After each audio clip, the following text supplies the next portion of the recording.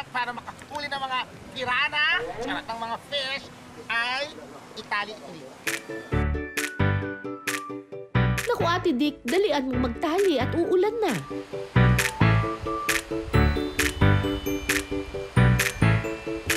Mga kapuso, ibababad lang natin ng 30 minutes yung lambat para mahintay natin yung mga tilapia na pumunta doon. At mamaya, pag medyo kumalma ang weather, huhulitin na natin sila.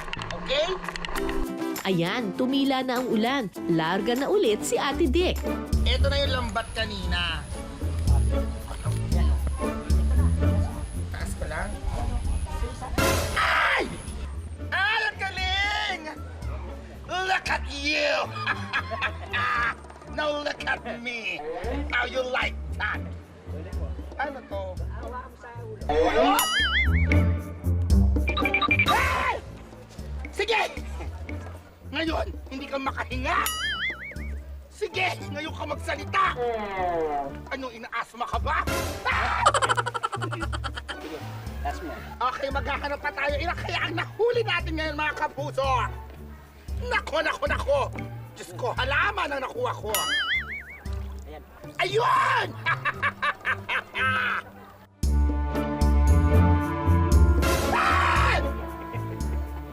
Huwag ka nang bumalag! Pinapahirapan mo yung trabaho! Pinapahirapan mo yung trabaho ko! Ah! Huwag ka nang bumalag! Ang hirap pala tanggalin ng lambat. Ah! Ayan, nakakadalawa na po tayo so far. Say hi, Nemo! Diyos ko, wala kami nahuli! Walang uuwi hanggat walang nahuhuling isda!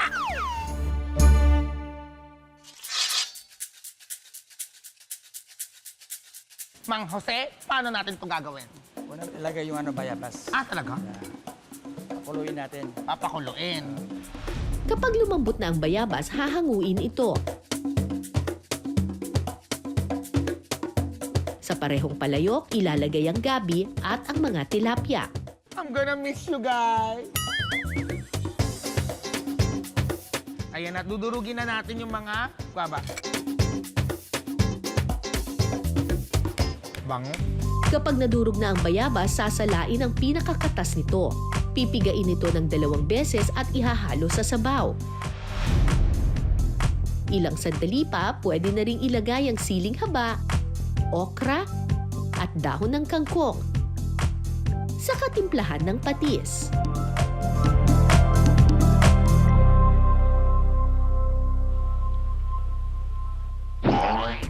Sarap.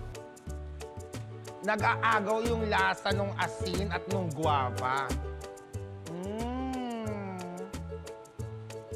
Nagugutom yung mga cameraman. Ang sarap! Oh my God! Galing. Ganito pala ang bulang lang.